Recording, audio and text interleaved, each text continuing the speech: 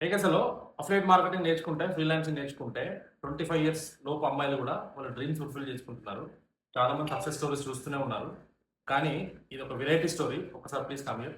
Deepika affiliate from AP. తను ఎక్కడుంది చూడండి ఇవాళ. హలో!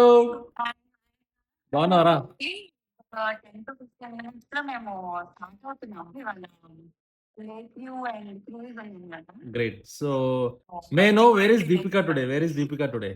ఓకే. 3-4 డేస్ నుంచి ఇంకా ట్రావెలింగ్‌లోనే ఉన్నాను. ఇంకొక 2 డేస్ పడుతుంది ఇండియా రావడానికి. గ్రేట్. సో, బుడాపెస్ట్ వెళ్ళాను, బ్రటిస్లావా వెళ్ళాను. ఇవాళ వియన్నాలో ఉన్నాను.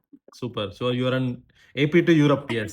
So what is the age, Deepika? May I know? 23 years అమ్మాయి. So may I know your all-time income in Biz Gurukul? All income as of now అయితే it's almost 16 lakhs.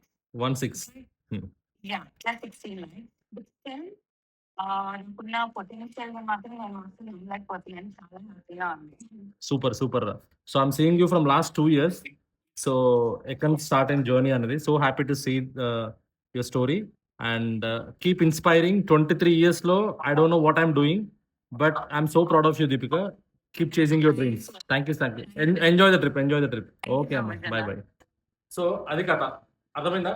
మనకంటూ compulsory స్టడీస్‌లో ఉన్నా, మనం జాబ్ హోల్డర్ అయినా, ఎవరైనా సరే మనకంటూ కంపల్సరీ మల్టిపుల్ ఇన్‌కమ్ సోర్సెస్ ఉండాలి. ఎందుకంటే జాబ్ అయితే 9 గంటలకు స్టార్ట్ అయ్యి 6 గంటలకు ఆఫీస్ అయిపోయి మళ్ళీ అదే లైఫ్ సైకిల్. అట్లా కాకుండా చాలా మందికి కారు కొనుక్కోవాలంటది, ట్రావెల్ చేయాలంటది, ఫ్యామిలీకి మంచి లైఫ్ ఇవ్వాలంటది, అప్పులు తీర్చుకోవాలంటది. ఇవన్నీ ఎక్కడి నుంచి సాధ్యమవుతాయి?